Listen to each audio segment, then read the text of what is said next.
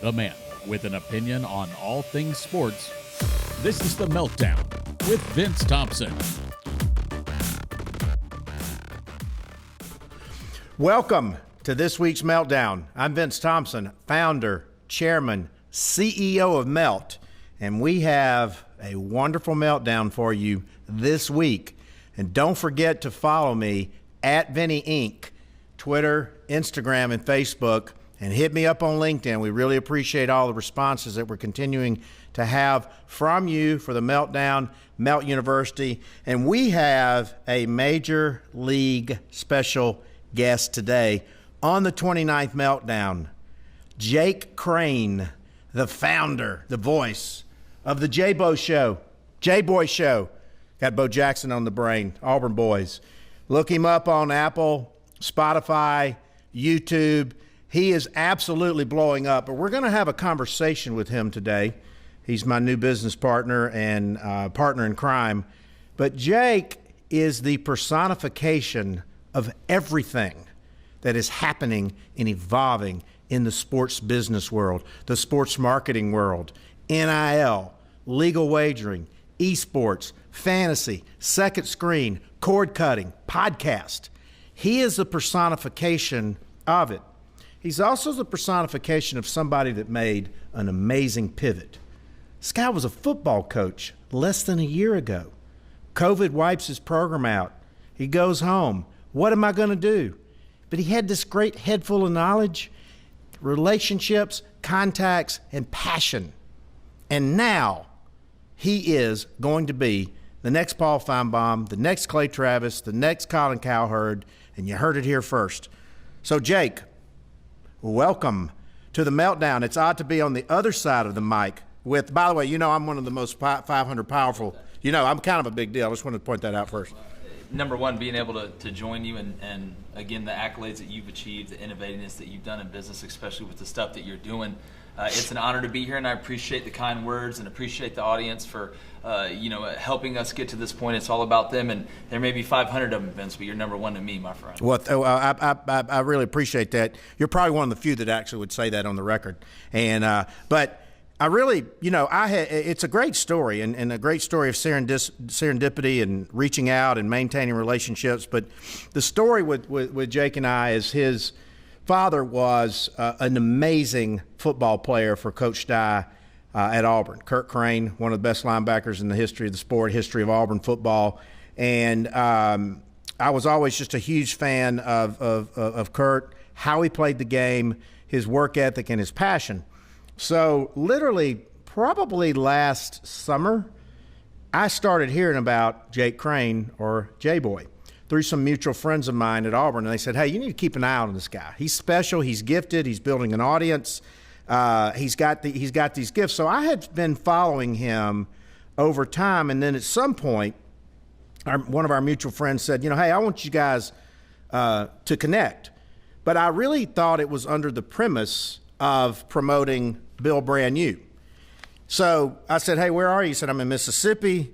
And I said, well, if you have some time, drive over and let's have lunch and break bread together. And literally it was just sort of instant karma. I said, man, I don't know why, but I think you're onto something. And you are the personification of everything that I talk about, everything I see out in the landscape, everything I talk to corporate America about, and all of these major things that are going on. So, Jake, we're going to unpack a lot today because, again, I say your generation, my son's generation, Carter, you are the most sophisticated consumer, and you and your ilk and your generation are going to drive this massive change and opportunity, only accelerated by COVID. Because let's think about this.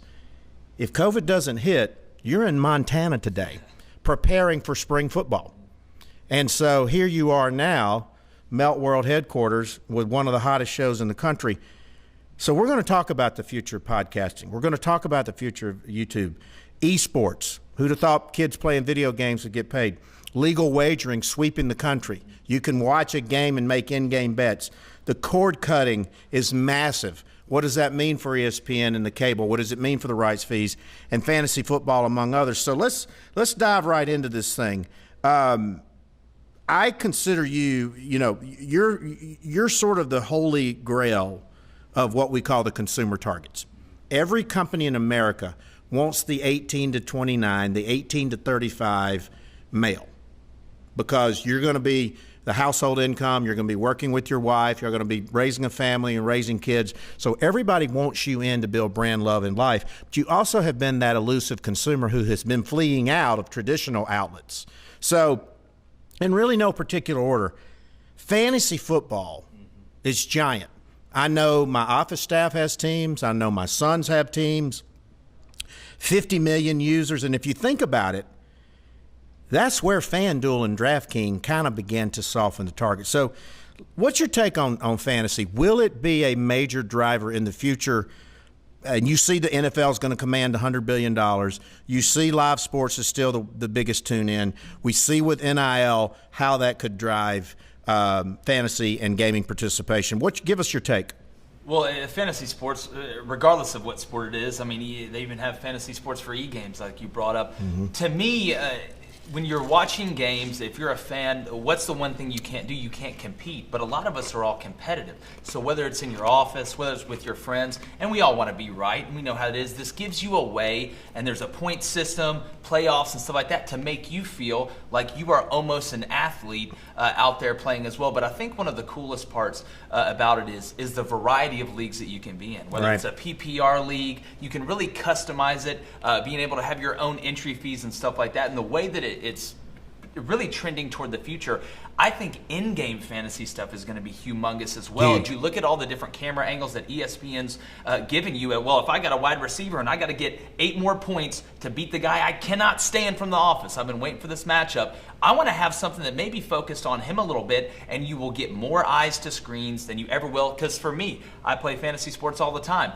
Most of my players are not on the team that I watch, but I'm going to watch that game because that player's playing, and I need that. Why? Because I want to be right. Because a lot of us like to compete. A lot of us aren't NFL caliber athletes, whatever sport it is. So it's going to continue to be a wildfire per se. Well, you hit on something, because like your loyalty to your team may not be necessarily loyal to the players in your fantasy pool. And we've got a world-famous brand marketer with us today, Bob Kramer, and he and I used to have this conversation many, many, many times. And what we kept centering on is the emotional and social camaraderie that pre-COVID you could go to a sports bar with your buddies, but now you've got your phone, 2 or 3 screens in your hand, but you're still like I'll watch NFL with my son Stefan, and he's literally got his phone in his hand following his fantasy players, regardless of the outcome of the Falcons game. So, now it's interesting, if I've got some side bets and bets going on myself, I'm doing the same thing. But the emotional and the social camaraderie, and it's not just males. I mean, females are huge as well, because they love the sport, and it gives them that camaraderie with their family and friends as well, right? Oh, without a doubt, and it touches all different types of ages too. I mean, I know guys that are 60 and up that play. I know guys that are 15 and 16 that play. And really, I think the diversity of it is one thing. But the main point and the biggest thing on the business sense is trying to drive eyes and drive ratings and stuff like that. And the ability to say, I have a group of people in the state of Georgia that may be huge Falcons fans, but they're hanging by their fingernails on this Packers-Bears game because they got Aaron Rodgers at quarterback, or they got whoever out there, and they really need those last points, like I said. So it's never ending. You look at UFC, the way it's blending into UFC, being able to pick the undercards and stuff like that. Just like anything that's this good, the ability to branch out is just magnificent. It's only just starting. Right. I think it is scratching the surface. Speaking of which, and this has been well documented, I've been talking about it for years, the cable business television model is actually a very simple model. And at its peak, 110 million homes had cable. Many still did not, but 110 million homes. And then you had to pay for a certain package to get these channels. Now, the reality is you only watch probably 5 or 6 of them. ESPN, weather, maybe a news channel, something like that. And 70% of ESPN's revenue was $7 billion. $700 million a month, $8 billion. $7 per household for that So, and probably was more at its peak. That funded the rights fees as well. At 110 million home universe, $3 billion in ad revenue. Probably 5 to 10% of that coming out of this market with Coca-Cola, Chick-fil-A, Home Depot, and so forth and so on. But so think about this. People started saying, well, maybe I don't need cable. Maybe I can get an app on my phone. Maybe I can get Roku. Maybe I can get Apple. Maybe I can get Amazon. Maybe I can get Hulu. They all kind of confused me, but your age understands it very well. I mean, you know, and the cord cutting is going to – you look at Netflix just hit 200 million subscribers. You look Paramount Plus is coming out. Peacock is coming out. I mean, you had NBC Sports shut down their cable network. I'm interested to see a couple of things. I'm interested to see how this ultimately impacts the rights fees. We see this push towards streaming. Disney Plus has 100 million subscribers now, but ESPN Plus only has 12 million.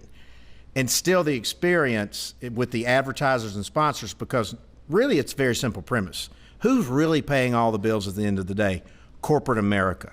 But being in that target demo, my son's in that target demo, what's the psychology behind cord cutting? Because with me, it's just easier to keep cable.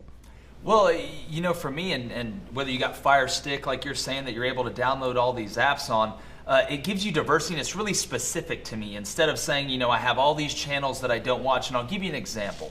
The channel Red Zone, phenomenal idea, showing when every team is in the red zone or about to score. Well, if you're a fantasy person, that's all you care about. I'm not watching the game to watch you run inside zone for 3 yards on the first play and going to be glued to it. I want to turn to red zone, see when you get in there and see if my guy's going to catch the pass for a touchdown, if he's going to run the ball for a touchdown, if he's going to throw the ball for a touchdown, or if I got the defense, are they going to get a pick, or are they going to get a stop? Because there's a big difference in giving up 6 than there is 3. Mm-hmm. But from the cord cutting aspect, I think it's the specificity of it and being able to say that I don't want to have to pay for this big package deal when I can download a couple apps, get everything I want. I know what time the games are on, and I'm just talking about from a sports standpoint, but the ability to trim the fat, that's what I think it is. And not having to pay for the ticket and stuff like that, and being able to really be specific on what you want to watch, download what you want. And the greatest thing about the app is whenever I go to Roku or something like that and I bring up an app where I can watch, I know the advertisements that are going to be on there, whether they're the 15-second ones, whether they're the ones that I can skip.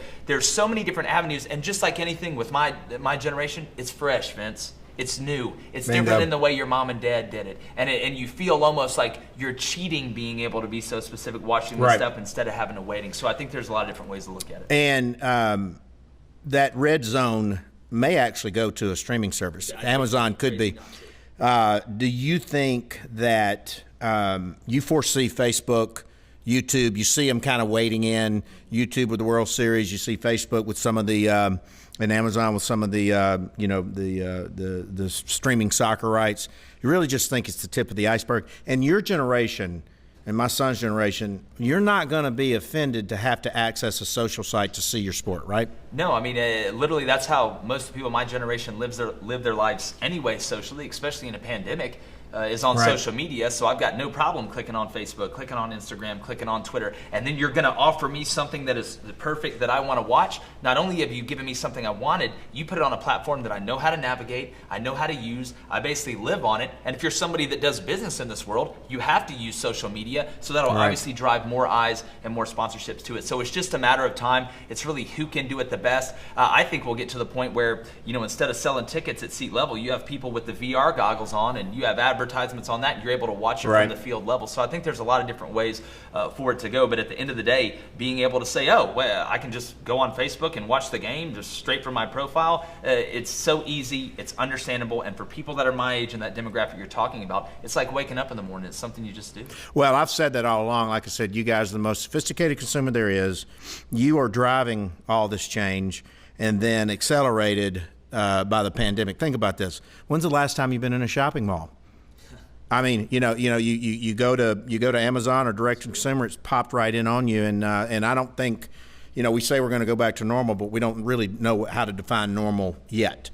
And a huge topic: when the Supreme Court ruled in 2018 that states could have legal online wagering, it created a massive multi-billion-dollar boom.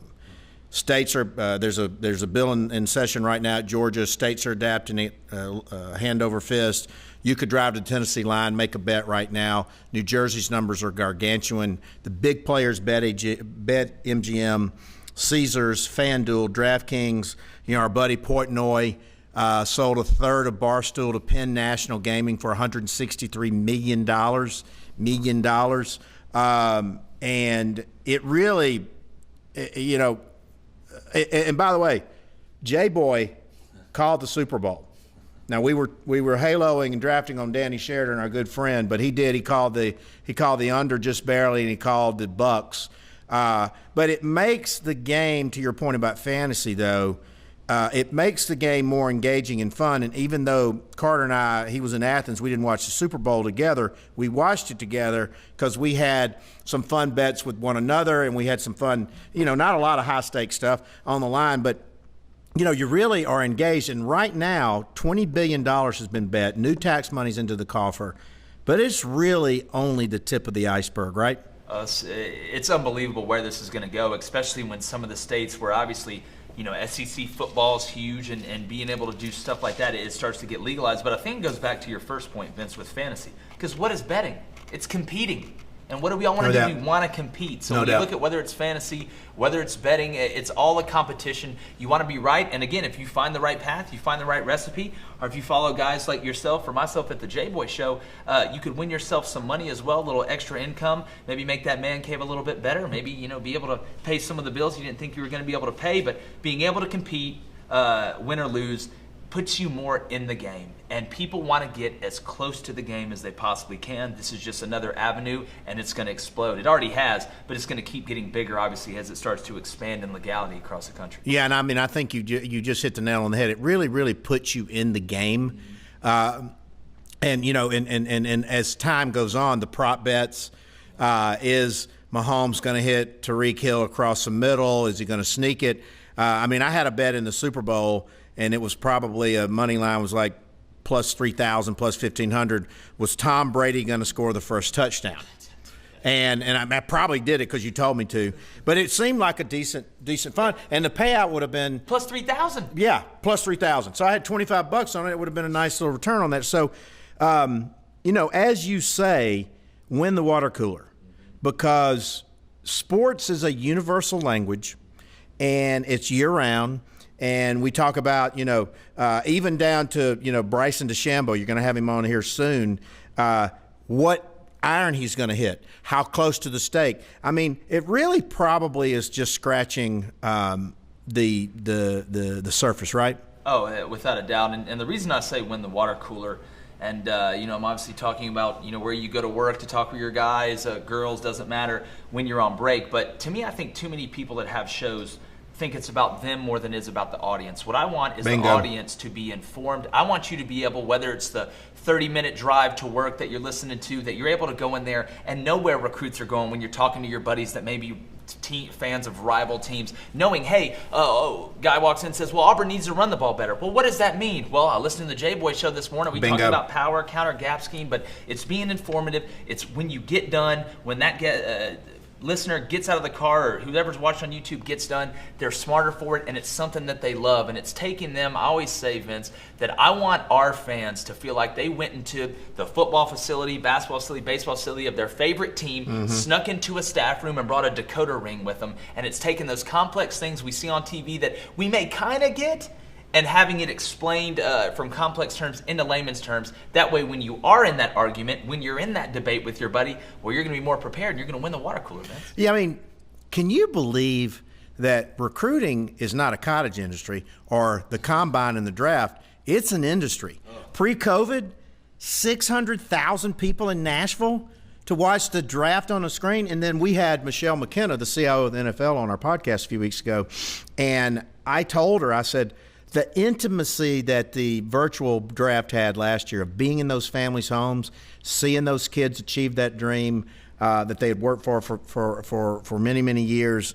It literally, we say that college football is a year-round sport and has 10 seasons, not just the fall.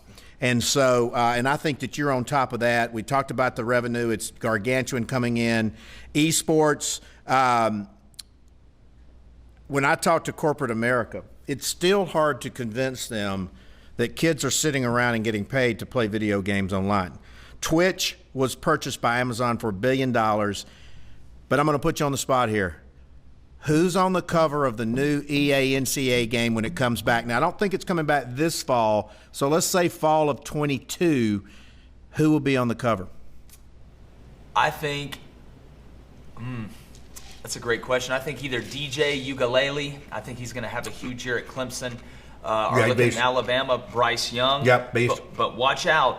I think if Mike Bobo and Brian Harsin can figure this out and Auburn gets some guys up front, if Bo Nix can make a big jump and stays for another year, I think he's a guy that could be the big sleeper. You talked about plus 3,000 with Tom Brady.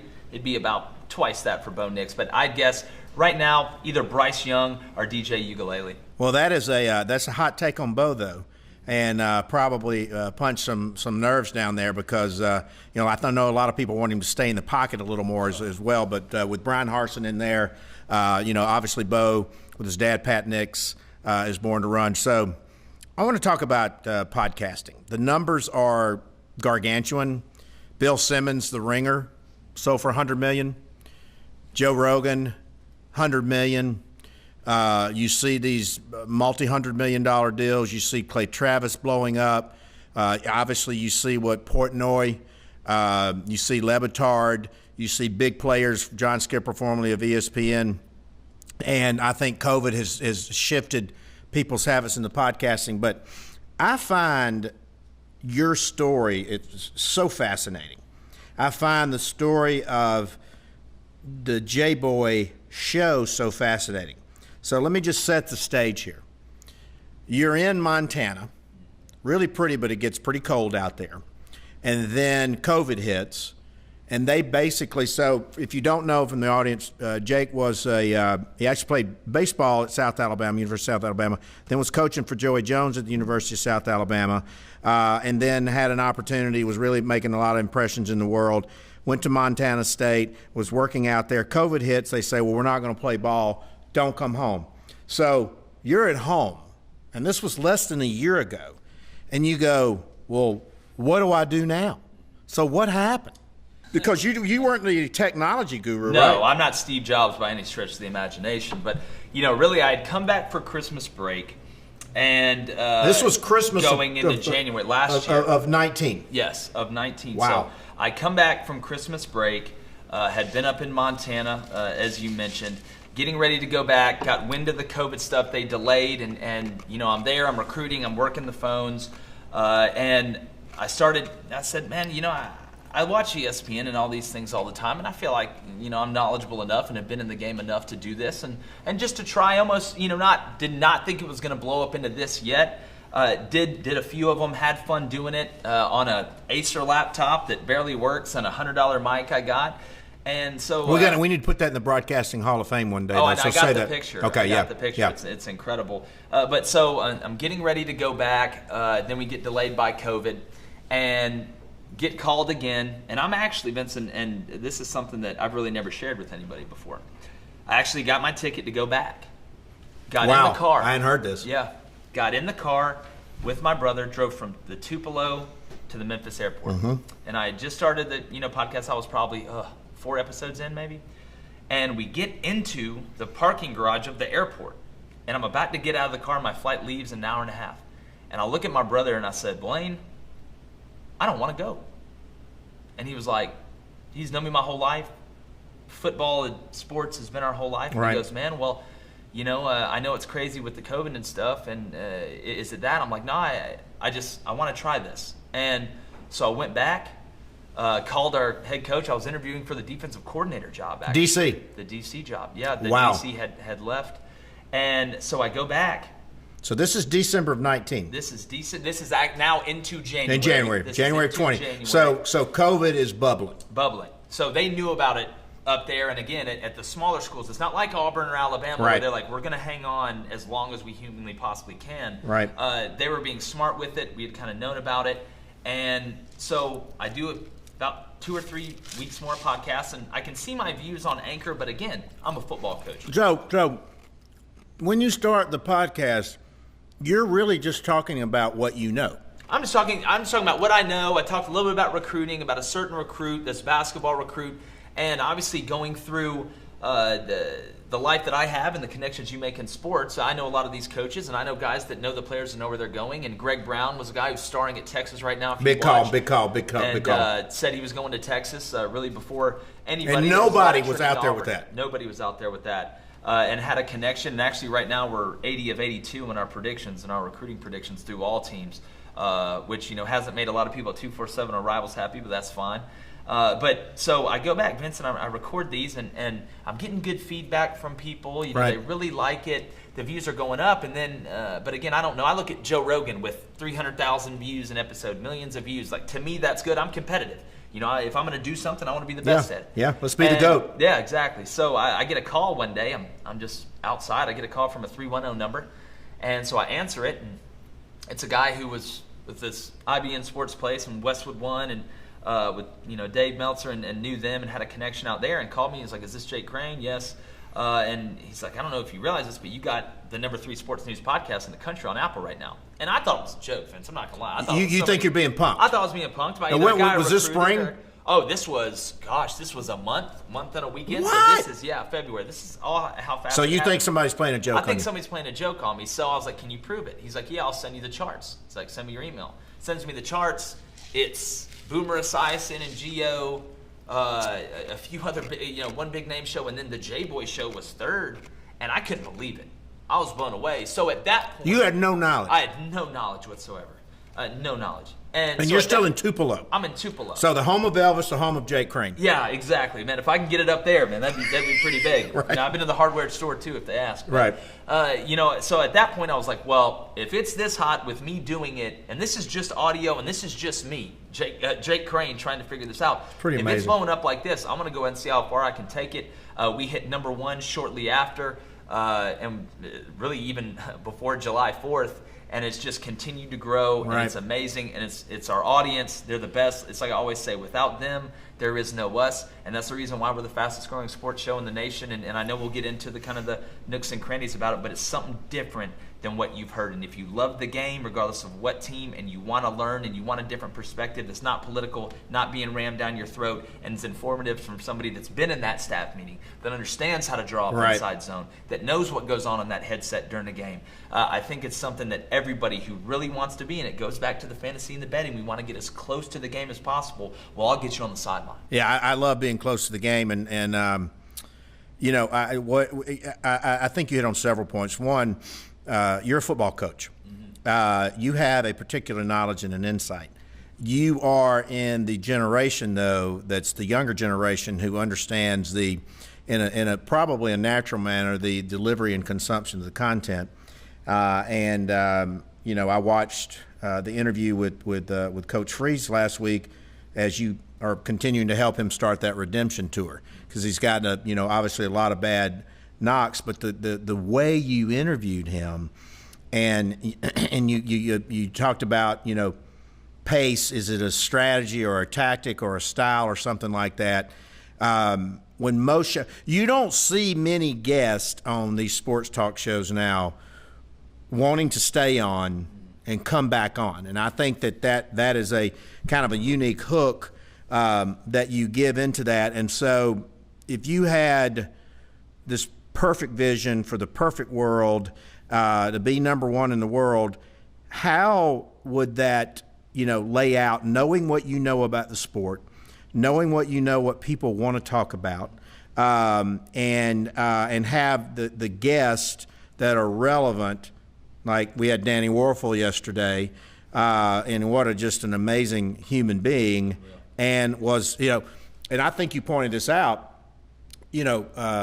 They pulled Terry Dean. Yeah. I guess Auburn was playing with Florida, yes, and started Danny, and Terry Dean was a favorite for the Heisman as well. Yeah. But Danny's so humble and humility. So given everything we've talked about today, where do you see the future of Jake Crain and the J-Boy show, knowing that the response and the feedback has been so amazing? Well, I appreciate the kind words first, Vince. But number one, I think the big thing is being all-encompassing. And we've talked about football a lot, but the show is seasonal.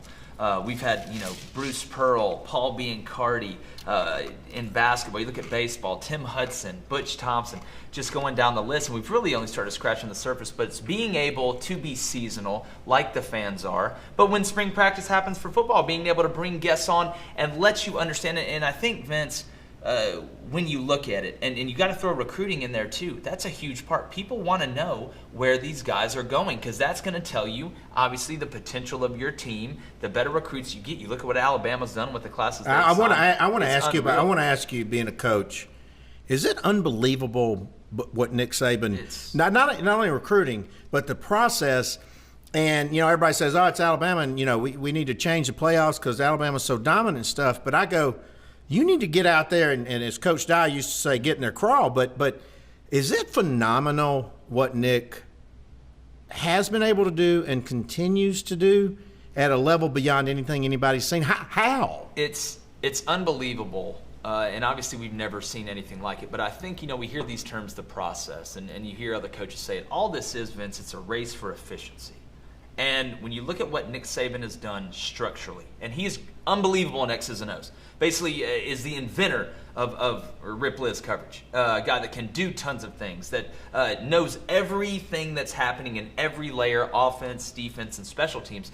But what he has done, he's built the Death Star, and he did it his way. He knows exactly what's going on, and there's a difference, I think, from micromanaging as opposed to understanding what's going on and putting people in the places. Because again, Nick Saban himself cannot do all this stuff by himself, but he knows how to hire people. He understands how to get the most out of people. And he's the guys that coach for him, it is a grind. They get paid very well, but they get the blueprint, yeah. Vince, and I talk about this all the time. What is the blueprint? You look at what Kirby Smart has taken. Guys, that you look at the tree of Nick Saban, which started obviously with Bill Belichick. Nobody's beating him. Yeah, this is the structure we need in the recruiting department. This is the structure we need on staff. We need this personnel here to make this run smoothly. Because what the process is, it's a race for efficiency.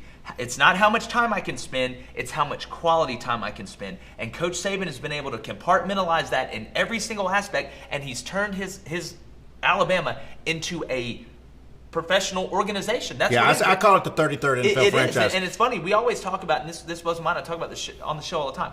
All we do in the NFL is talk about structure and the GM and the personnel, right, and adjusting your personnel and what goes here and what goes there. But we never talk about it in college. What separates Nick Saban is roster structure. You look, they're always deep at positions. They never lose a ton at the same time at the most critical positions. I think that's what ended up costing Gus Malzahn, especially up front. But it's understanding and getting it down to a science, because it is a blueprint. It's roster structure, it's scheme, it's personnel, it's development, and it's understanding that I have to evolve not only schematically, but mentally as well. And I think Nick Saban is one of the few coaches that has attained success but can also be malleable, and I think that surprises people. Well, I think it's also a case study for businesses. It is. Because remember, he had the defense first, run and grind, and then he's like, I got to change because the world's changing. And so, of all people, he brings Lane Kiffin in, but how does he take consistently all these reclamation projects?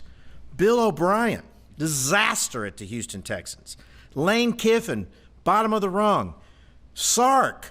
I mean, think about it. And I had a segment on the Meltdown. Nick Saban is a multi-billion-dollar man. If you look at the impact on the state of Alabama, the University of Alabama, the academic recruiting, admissions, industry, NFL players, and all that. But why? What's different? I mean, like what is different that would nobody? They had to drive to the SEC office and ask Mike Sly for forgiveness to let Lane Kiffin back on the staff. I know this to be true. I know people in that room. How does he do it?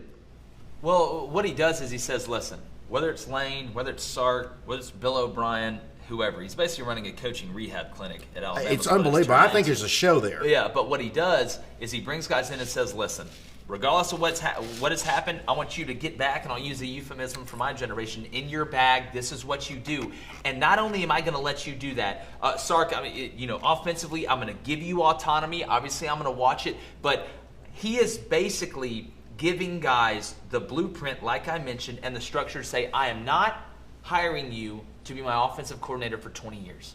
I'm hiring you to be my offensive coordinator for 3. And what is that going to give you? I am going to give you the secret sauce, because he didn't even have to give you a piece of paper and say, here's how you do it. All you got to do is watch. So now if I'm Steve Sarkisian and I was at Washington and all this stuff, USC, and it went bad, well, I go to Nick Saban, I go to Tuscaloosa, and I see this is how you do it. This is how the machine is supposed to work, because that's what it is. Nick Saban turns it into a machine that keeps feeding itself, and he puts the structure in place. So I guarantee you, I promise you, because if you look at the way Georgia's structured, it's a whole heck of a lot like Alabama, and Texas is going to be the same way. That's why if I'm a Texas fan, I am over the moon about Sark, not only because offensively he goes to his witchcraft and wizardry, which he's great when he's able to focus on that, but he understands looking at it from a whole program stance, because that's what you have to do as a head coach, from a fundraising stance, from an efficiency stance, which is what the process is. He knows how it's supposed to work. And they also learn who to hire, who not to hire, right, and how to evaluate. So it's all encompassing into one, and you realize, well, if I can get it from Master Saban and I can take it to where I'm going, we can have success too. Well, think about it. I mean, and another silver lining of COVID, Sark actually gets to coach the Auburn-Alabama game, which was a glorified audition for Texas. And and after that, it continued on. So, but do you see him? I mean, look what he done. He just set the historical record of recruiting. Do you see him being able to sustain this for a while? I do. I think he's a guy that, number one, he's the same guy pretty much every day. He has the same routine. And to quote him, I believe, what am I going to do when I get done doing it? But again, I would never. There's two guys I'm not betting against. It's Tom Brady and Nick Saban. So as long as he wants to keep doing it, as long as he feels up to doing it, as long as he has the energy, because the hours that man puts in, it's unbelievable. I don't think people grasp it. And I've worked with guys that have coached with him and that have told me, it is unbelievable what this man is able to do. He's going to eat 2 Little Debbies every morning. He's going to drink a pot of coffee because this is what he loves to do. It's his passion and something where he is so fluent in success in the football realm that each year I think presents him new challenges. I think that's something, even with, like you're talking about with this NIL stuff and all the success that you've had already with Sunil, I think he wants that challenge. He looks at it as a challenge. I don't think he's a guy that's going to get bored. Well, I'll give you 2 anecdotal stories on that, and then I want to talk about NIL for a moment. When Aflac asked us to go get Nick as a spokesperson, I said, it's not going to happen. The famous story is he only did 2 endorsements when he said, I'm coming to Alabama to be a football coach. I'll do Coca-Cola and I'll do Ford, but that's it. Not a Golden Flake, Great Pear Says the Bear, nothing of that. And so they said, well, just call, the great Jimmy Sexton anyway. Oh, and by the way, we don't have a lot of money. So I said, Jimmy, I know this is a flyer, but I'd like you to ask Nick to consider being our spokesperson. We're coming back to the SEC. He goes, Vince. And this was probably May of 2019. He said, Coach Saban is scheduled out 3 years in advance. For us to carve a half day to shoot a spot, I said, because we want to be there for Labor Day, so we got to shoot in July. He goes, it's just not going to happen. But I'll check. And just by, fate or fluke, he consented to do that. Also, I know some people that take him to Augusta National 2 days a year. He loves to do that. And these are very hugely successful business people. And they say for 2 straight days, he drills them on their business. He wants to know the mechanics, the nuts and bolts. And this is a monstrously long-time successful business. And so that quest, that curiosity, that quest to learn, even at his level, never ceases. So let's shift gears a little bit because it is a great business case study. We know that student athletes, we talk about it a lot here, we're starting businesses around it. We know it's long overdue, but we know at some point soon, in Florida, July the 1st, and maybe at a federal level, that all student athletes are going to be able to start getting compensated for what we call their name, image, and likeness.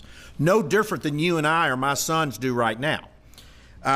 We know it's going to be create a seismic shift. I think it's long overdue. I think it's going to be a great thing. Everybody focuses on Trevor and all that, but there's 500,000 of these tremendous student athletes whom I love to hire, work ethic, discipline. Your take on the impact that athletes being able to get paid, or what we call name, image, and likeness, is going to make on college sports? I mean, I don't even know a word that can really articulate it. I guess massive, seismic maybe. And I always think about it from a coach's perspective. And again, I think you're exactly right. It's long overdue. And if you offer something that people want to be a part of, and people, when Cam Newton was at Auburn, they weren't buying number 2 Auburn jerseys just because it was an Auburn jersey. They were buying it because it was Cam Newton. Tim Tebow is the same thing. But what I think it's A.J. Green got a suspension. Yeah, Todd Gurley too. It's unreal. It's unreal. And to look at it to say, well, I'm going to start the J-Boy Show, and this is my name and my image and likeness. Well, I want to get paid for that. Right. It's unbelievably hypocritical to look and say, well, okay, big-time running back, people want to buy your jerseys and get autographed stuff, but you don't get paid for that. That's not the society we live in, and that's not really capitalistic in my opinion. So I think it's good. But from a coaching standpoint, I'm so interested, Vince, because I think it is going to be interesting to see how these coaches navigate it with the young guys. Because starting with these 5-star recruits that we all know recruiting is massive, and they do these interviews and they get propped up, and all of a sudden you got a freshman that's coming in that's probably going to get sponsored by Gatorade, and he's a big-time guy, whoever it is, whatever school you root for. Well, you got to get that kid to be able to buckle down academically. You got to be able to get that kid to buckle down on the practice field, and I think it's going to be interesting to watch from that standpoint. But if I am a sponsor or somebody that is paying attention, you have to get in on this early. Because right now, if you're not already looking on how to get in, you're already late. You're already hurting yourself, because it will touch every conference. It will touch every team that's worth their salt. And I think it's going to affect the way teams practice. I think it's going to affect the way that kids 100%, play. 100%. And I'm just very interested to see the amount of money that will be made off this, not only by the student athlete or whatever, but by the sponsor, could be incredible. I just think about, I'll use Auburn for an example. Tank Bigsby breaks a 70-yard run, and he's sponsored by Gatorade, or who knows what's going to stop him from making a sign or a Gatorade sign every time he scores. What if he's sponsored by the military? Yeah. His name's Tank. Yeah. What about a heavy equipment Lockheed company? Martin. Exactly. Right. This run brought to you by, Tank's run brought to you by Lockheed Martin. I think it's endless. And I always use the Auburn women's equestrian team. They practice as hard as the Auburn football team.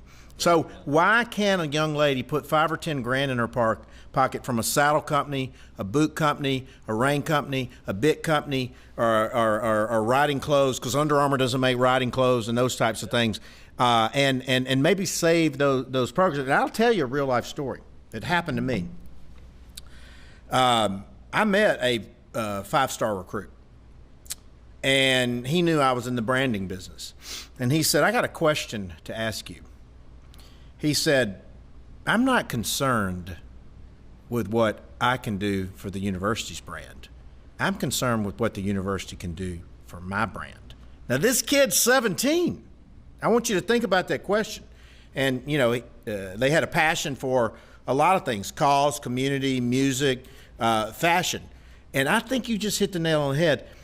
But think about the adjustment that major coaches who are old school, Nick, even Dabo, Kirby, Gus, Coach O. I mean, this is a seismic shift in mindset that all coaches are going to have to make, and it's coming. Yeah. Well, I'll do you one better, Vince. Think about the new classes you're going to have to put at the school. Whether I'm a guy that, hey, I want to work on creating a shoot for myself. Well, you better have a class that you're offering, whether it's at LSU, whether it's at Auburn, whether it's at Florida, that teaches that guy how to do that. I think they're going to have academic institutions are actually going to have stuff added to the school. It's already happening right now that's kind of tailored to that. And it's amazing because that mindset, he is not alone in thinking that. That is how the recruit thinks nowadays. By the way, that's the rule, not the exception. That's exactly right. And that's how they think nowadays, and it is about their brand, not as much as the university's brand, but you will see a coalescing of those two, and it's going to be a race, and I'd be willing to bet on Nick Saban probably in this, is who can marry that up the most, because kids nowadays in recruiting, this isn't the old days, Vince, of, oh, I grew up an Alabama fan, so I'm going to Alabama no matter what. These kids nowadays and these parents nowadays it's a business decision. Exactly. My kid wants to get to the NFL. What school, what opportunity from a branding standpoint, eyes standpoint, winning standpoint, and I've got into that about expanding the playoff, which I think will help the parity of the sport. But now that is the situation. And to me, I think it gives, obviously, the schools that have the most resources, but the coaches that are able to go in there and navigate those waters the best when they're talking to that family, and they're having to speak of not, what just we can offer you from a normal standpoint in the football realm, but hey, we can get you this sponsor. Look who we're sponsored by. His eyes are going to be here. And I wonder how many deals are going to be made between recruits and coaches that are just because of one big sponsor. Right. They can start bringing in money, because a lot of these recruits, Vince, and people think, oh, well, they try and get money whether they're selling, rings or stuff like that, and then they get in trouble. They think they're trying to get money for them. A lot of these kids are trying to get money and send it back to their families. No doubt. So now you are changing the circumstance of your whole family before you even get drafted into the NFL. And any smart business person or any person that has a talent or an attribute that people will pay a lot for in something that people care a lot about, speaking about SEC football, why would you not take that to the max? So I think it's going to be very interesting to see how they navigate it. But I'll say this again. If you're a company and you are not already looking at this, or you are not getting help about this, you are already late. So you better hurry up and do it, because these coaches, I know they've been pitched by many different companies already about this. So I know it's something that's going to be very interesting to watch, but it's going to be a fist fight, and whoever can be the most efficient, whoever can figure out that process or that blueprint will have the most success. Well, I think that if you look at that Sarah Fuller story, and how her social media just exploded like thousands of times more. When I reached out to some friends of mine who are CMOs and CEOs at very high levels, and I said, this is what I'm talking about. If this doesn't get your attention, nothing will. But why do you think the NCAA has always tried to stop this?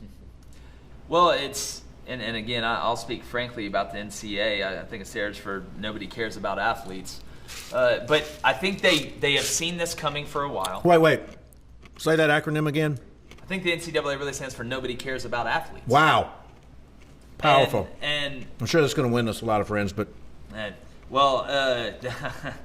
when I look at it, Vince, and I know they've seen it coming from social media, because one clip can make you famous. One thing can make you famous. All it takes is one big run, one big catch, one big home What run. about the young lady from Auburn that broke both of her legs? It's what a story. The it's gymnast. Unreal. But all these, now with the pandemic, all these Title IX and stuff like that, they're wondering why these sports are getting cut. Well, what's one way to bring them back, Vince? Sponsor that equestrian girl. I've said it all along. Sponsor, that's one way to save it. But when I'm looking at it, I think the NCAA realizes the magnitude of the amount of money.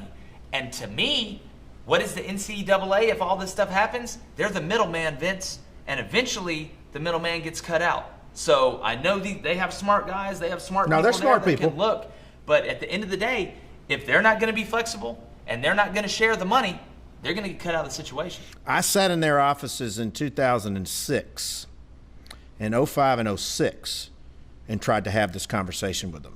And I think they threw me in that lake outside the headquarters. He knows. And I said, but I'm sitting in this Taj Mahal, and you get $1 billion a year in.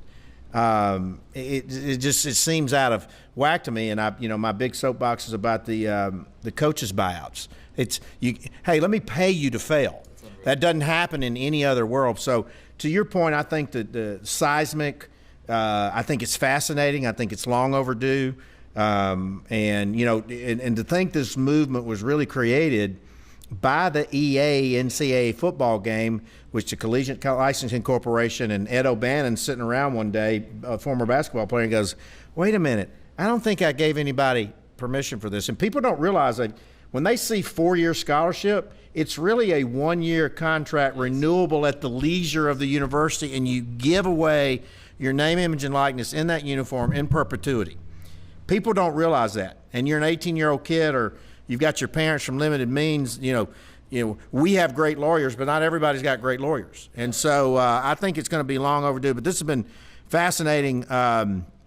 Jake, tell our audience where to find you to begin catching this wave. Well, I appreciate it, Vince. And you can find the J-Boy Show on Twitter, Instagram, Facebook at the J-Boy Show. On Apple Podcasts and Spotify, it's THE space, JBOY space, SHOW. And we're now on YouTube. We've had Hugh Freeze. We got some huge guests coming up. Oh, we had Little Sweet. Little Sweet, yeah. That was a big one, right? Justin Guarini, God, what an amazing guy. And everybody would love for you to go subscribe. Like I said, it's blowing up as we speak, and we're very fortunate, and we're only scratching the surface, Vince. And I'm very excited about expanding the audience, regardless of what team you root for. You can be up in Wazoo. It doesn't matter. If you like the game, whether it's football, basketball, baseball, golf, we'll touch all of it, and you want to be more knowledgeable about it, and you just don't want something jammed down your throat politically, and you want an escape, come join the fastest growing sports show in the country at the J-Boy Show. And Vince, it's absolutely a pleasure to talk with a guy that's accomplished as much as you, and I can't be more thrilled to I've been blessed. Thank you. I'm very honored to be able to go into business with you, and very excited, not only for us, but for our audience. And I think it's something great because we're all on the same team here. We all want to get better, and we all want to compete. And we're going to win the water cooler. We're going to win the water cooler. And if you need a testament to building brand new, it's Jake Crain and the J-Boy Show. I mean, nobody's done it better. And so we really appreciate the partnership. Fascinating conversation. Don't forget, build brand new, available at Amazon.com now. But he's already done it, and he's building that brand. And you follow that brand. So fascinating conversation today. I'm Vince Thompson, founder, chairman, and CEO of Melt. And that's it for this week's Meltdown. You've just listened to The Meltdown. Remember to follow us on Twitter and Instagram at MeltATL, and follow Vince at Vinny Inc. and on LinkedIn as Vince Thompson.